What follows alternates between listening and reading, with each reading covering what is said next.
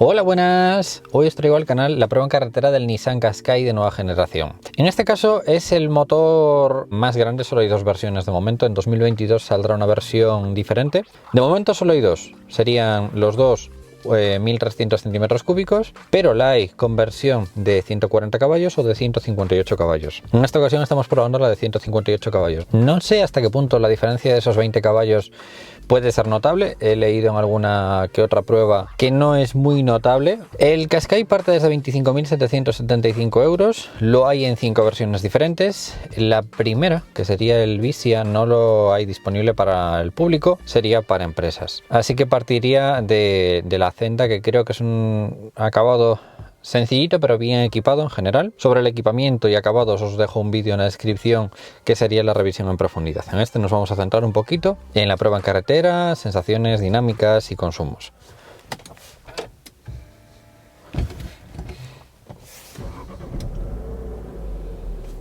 Y al encender el coche lo primero que sentimos es que es un coche muy suave de conducir en general. Lo único que no me gusta nada, pero nada, es la caja de cambios. La caja de cambios esta, que tiene un recorrido como si fuera el de una furgoneta, no me gusta nada, de verdad. Y de hecho es que es súper imprecisa y no es la primera vez que a lo mejor que intento meter tercera o no sé, no tiene mucha precisión de cambio, no. Y quizás esa sería una cosa que me llevaría a lo mejor meterle la caja de cambios automática.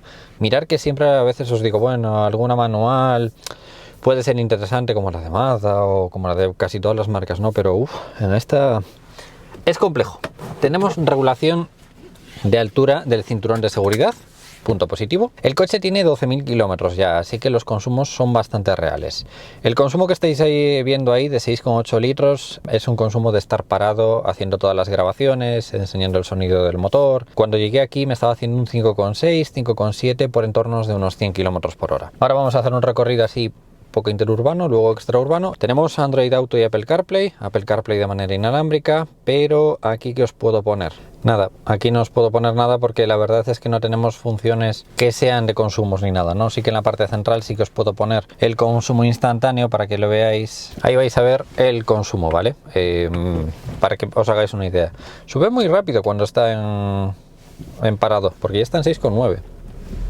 Una cosa positiva que os recomiendo mucho es la cámara de 360 grados. Eso sí que os lo recomiendo, porque se ve perfectamente el entorno. A maniobrar con esta cámara de 360 grados es como muy cómodo. Fijaros que se ve perfectamente todo el tema de la calle, los carriles, las líneas. Entonces, si quieres aparcar en un momento puntual en algún lugar, no sé, como que se hace súper cómodo, ¿no? Lo de la cámara de 360 grados. Así que es un punto que sí que os recomiendo. Básicamente porque la visibilidad del coche es buena, ahora hablaremos de los retrovisores, pero hacia la parte de atrás tampoco es la mejor del mundo, ¿no? Entonces esto sí que nos puede ayudar mucho a aparcar y si os metéis por así en algún lugar un poquito más justo, pues sí que os lo recomiendo.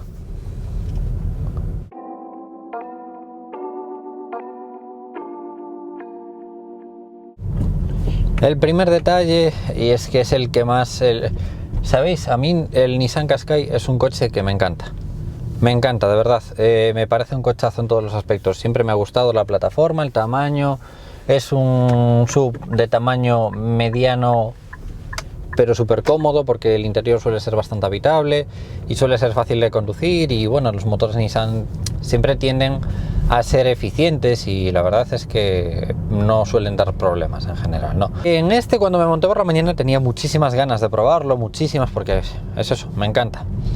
Pero cuando empecé a probar la caja de cambios, fue en plan de... no, me recuerda a la Kangoo de mi padre. Es que es súper... no sé, el recorrido, el tacto en general, así que 100% os recomiendo la caja de cambios Automatic. Una caja de cambios que por lo menos no da la sensación esta, ¿no? Es que es una sensación así un poquito blanda. Y luego el coche es un coche que tiene una suspensión un poquito blanda, que parece que vamos en un coche más grande de lo que realmente es. Es un coche que no es muy grande, pero que la sensación de conducción es como que vamos en un coche tipo X-Trail o algo así. Entonces, que no es incómodo, simplemente que es blando. Así que para los que queráis una suspensión así un poquito más blanda, pues no es nada deportiva esta suspensión. Tomáis resaltos y la verdad es que es cómodo y confortable, pero blanda. Os lo recalco para que nadie se lleve una sorpresa cuando lo vaya a probar, y a día de hoy todos los coches suelen atender a tener suspensiones deportivas, suspensiones un poquito más rígidas, suspensiones que no tienen tanto recorrido y no son tan blandas, ¿no? Y en este caso el Qashqai tiene una suspensión que no es lo habitual, es más blanda de lo normal. Son esos dos detalles que me llamaron la atención cuando empecé a probar el coche, ¿no? Son esos dos puntos que a los pocos minutos decía yo, vale, esto lo tengo que recalcar. Así que bueno, son dos puntos a tener en cuenta en el Nissan Qashqai con respecto a otros modelos.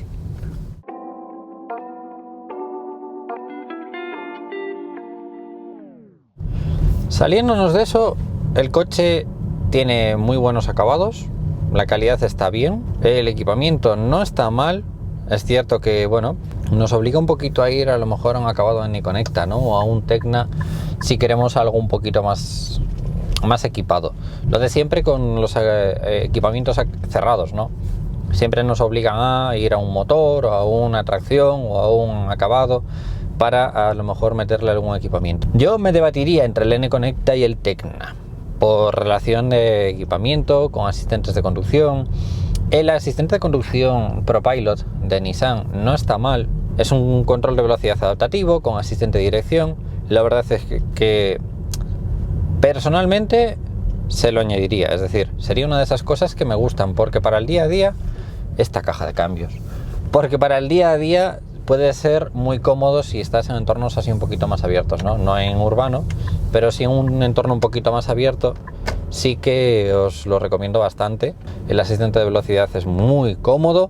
El asistente de dirección sí que nos pega un poco a la línea derecha, entonces si estamos adelantando un camión, va más pegado a la derecha de lo que a lo mejor nos gustaría, pero son cosas puntuales, de momentos puntuales. Que esta mañana estuve casi toda la mañana con el control, con el ProPilot activado, y la verdad que muy bien, en general muy bien. Esta caja de cambios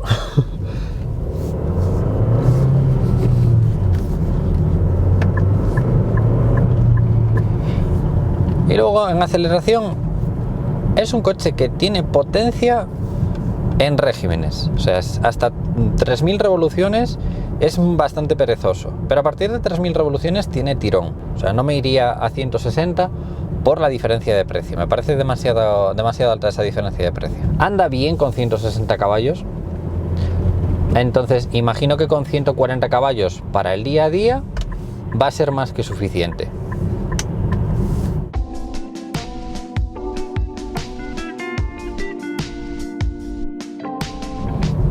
Tiene modos de conducción, vamos a ponerlo ahora en modo Sport para incorporarnos a autopista. Aunque hay mucho coche, no creo que vayamos a poder hacer una aceleración desde poquita velocidad, pero vamos a intentarlo. Vale, en cuanto lleguemos a llano, piso a fondo y vemos la respuesta que tiene el coche, ¿vale? ¿Veis? A partir de 2700... A partir de 2700 revoluciones más o menos es cuando genera una potencia cómoda para incorporarnos a autopista o hacer algún adelantamiento.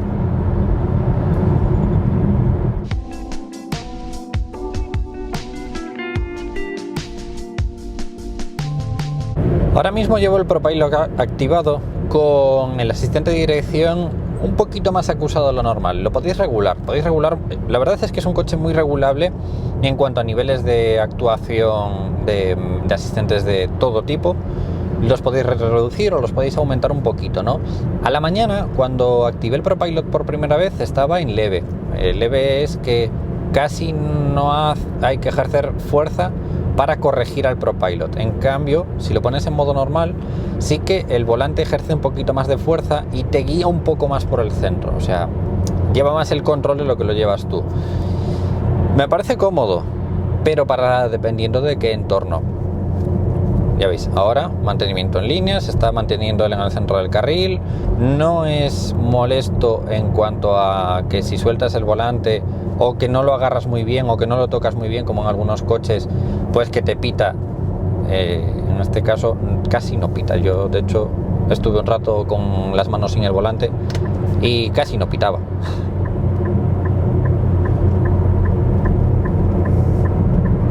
¿Veis? Ahora adelantamos por aquí a la derecha, tenemos a 100 y él regula la velocidad a 100.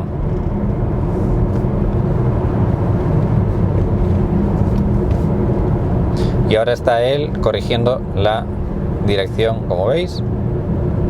Está él llevándonos por el centro. Va bastante bien, es decir, va bastante bien. Y ahora me está marcando ahí que cojamos el volante. Una cosa que me gusta mucho es el Head-Up Display. Cada vez estoy más convencido de que debería de ser obligatorio en todos los coches, porque los Head-Up Display te marcan una información que no tienes que distraerte en ningún momento a mirar hacia otra parte, ¿no? Me parece lo más cómodo estar mirando hacia adelante y que ahí tenga la señal marcada, la velocidad, si tengo el asistente, si tengo el navegador activado, pues me marca las flechas, entonces es muy cómodo, ¿no? Y es un Head-Up Display muy grande, muy grande, que casi no molesta, no distorsiona la visión y se ve muy cómodo y muy bien. Pero es eso, tomamos alguna curva así un poquito más fuerte y a ver, el coche va bien, sobre todo porque tiene llanta de 19 pulgadas, pero sí que lo noto blando. Y la dirección la noto como que responde demasiado rápido para el coche que es. O sea, es muy precisa, pero es que gira demasiado rápido al principio. Tiene unos grados de dirección que gira demasiado para mi gusto. Si girara un pelín menos estaría bien. Y eso que la tengo en modo normal, porque se puede poner la dirección un poquito en modo Sport, ¿no? De hecho ahora lo tengo en modo Sport, pero si lo pones en modo normal, estándar, yo lo he modificado para que no estuviera en modo Sport y sigue igual, o sea, igual de precisa, tienes que girar igual mucho.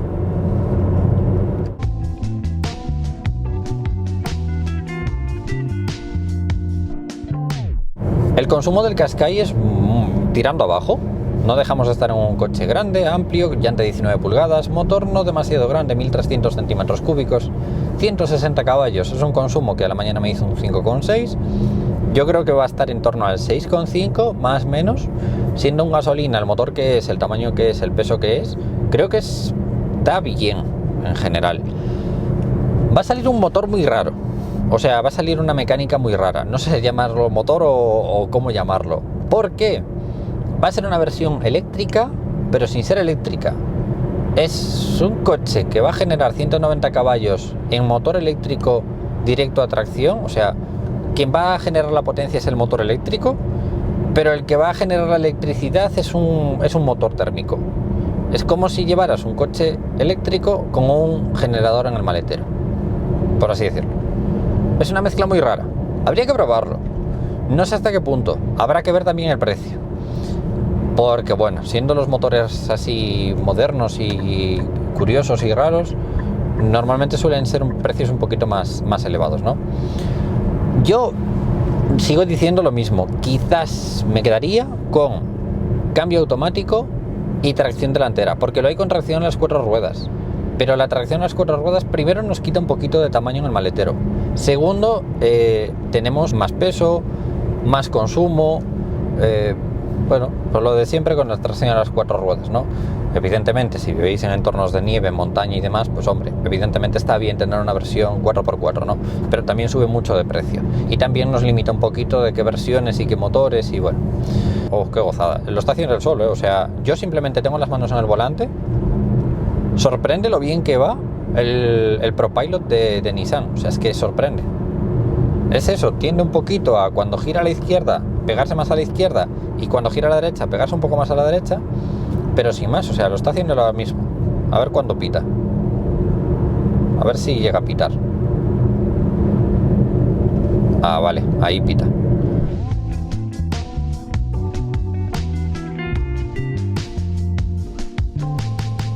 En habitabilidad el coche se hace muy cómodo de conducir. Tenemos buena luz, sobre todo por el techo panorámico, pero el techo panorámico es carillo. La verdad es que es bastante carillo, porque nos obliga a ir o al Tecna Plus o al Tecna y añadirle un paquete opcional, ¿no? ¿Se lo añadiría? Pues posiblemente sí, porque en estos coches que son así un poquito grandes y tal, el techo de cristal, el techo panorámico siempre le da un poquito más de luz. Se hace mucho más cómoda la conducción, tanto en las plazas delanteras como en las traseras. Entonces yo, quizás, si pudiera permitírmelo, se lo añadiría. Pero claro, nos estamos yendo a un Tecna Plus.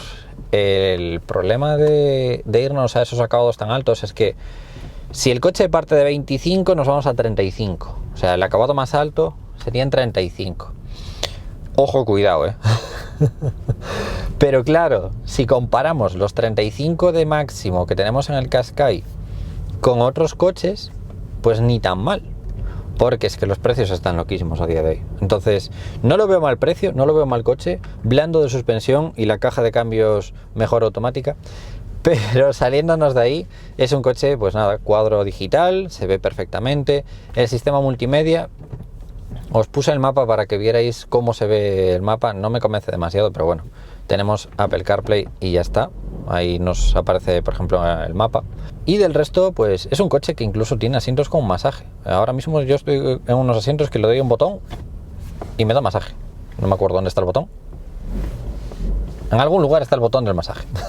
Entonces, hasta ese punto, ¿no? Y el maletero es enorme, enorme, muy bien diversificado, o sea, muy bien dividido, con dobles fondos, pero que se pueden dividir con planchas verticales. Entonces, plazas traseras muy amplias, muy amplias. La verdad es que está muy bien, sobre todo para acomodar a los niños desde el exterior. El ángulo de apertura de las puertas es fantástico, de verdad. Maletero muy bueno, sin queja ninguna. Apertura eléctrica con sensor gestual para apertura automática con el pie. Las plazas delanteras son súper amplias, no noto ningún problema.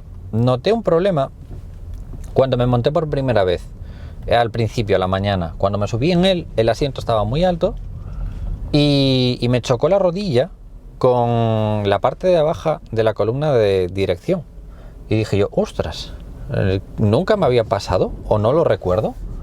Entonces eso fue un detalle, pero saliéndome de eso no veo la caja de cambios. Siento recalcarosla, pero cada vez que meto una marcha me acuerdo de la caja de cambios. Tenerla en cuenta, de verdad, ¿eh?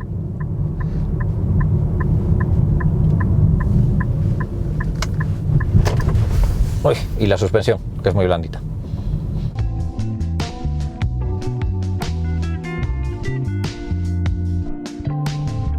Pero sí que tiene buena respuesta, ¿eh? Hay que revolucionarlo un poquito, pero en cuanto lo revolucionas, tiene muy buena respuesta.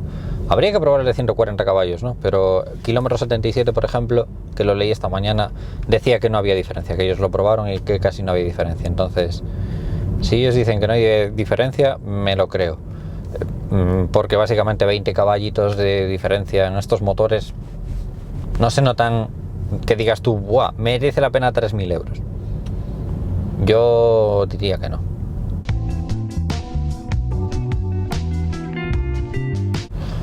Y en el fondo es un Qashqai, es Nissan. ¿Qué puede salir mal de motor Nissan y de un Qashqai? Los que tengáis Qashqai, dejadme por los comentarios, ¿no? Si estáis contentos con ellos. Yo tengo un tío que tuvo los dos, el primero y el segundo, y la verdad es que muy contento con él. Mi madre ha probado varios, mi madre está enamorada del Qashqai, ahora tiene un Volvo C30, pero aún ayer le dije, mamá, voy a probar el Qashqai, y se emocionó, dijo, jova, tenías que traerlo un día a Galicia. Mi madre siempre quiso el Qashqai porque es un coche que para ella es súper cómodo, para ella le gusta mucho, es muy bonito. Entonces, pues no sé. Algún día se lo llevaré para que lo pruebe. Y quizás algún día se compre uno, porque para ella este tipo de coches es una maravilla.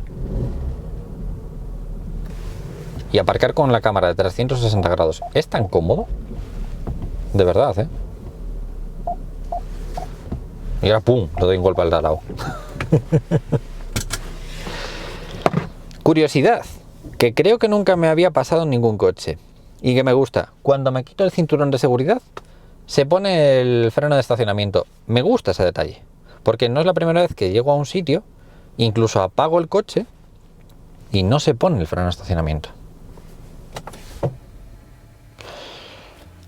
Consumo que nos acaba de hacer ahora, actual 6,7. Es un consumo que, ya os digo, está bastante bien en general para el coche que es. Y dependiendo de la persona, esto es lo de siempre, dependiendo de la persona, del lugar por donde conduzcáis y de todo. Sin más, tampoco tengo mucho más que deciros. Chicos, como siempre os digo, si le dais a me gusta, comentéis y compartís, os lo voy a agradecer mucho y nos vemos en próximos vídeos. ¡Un saludo!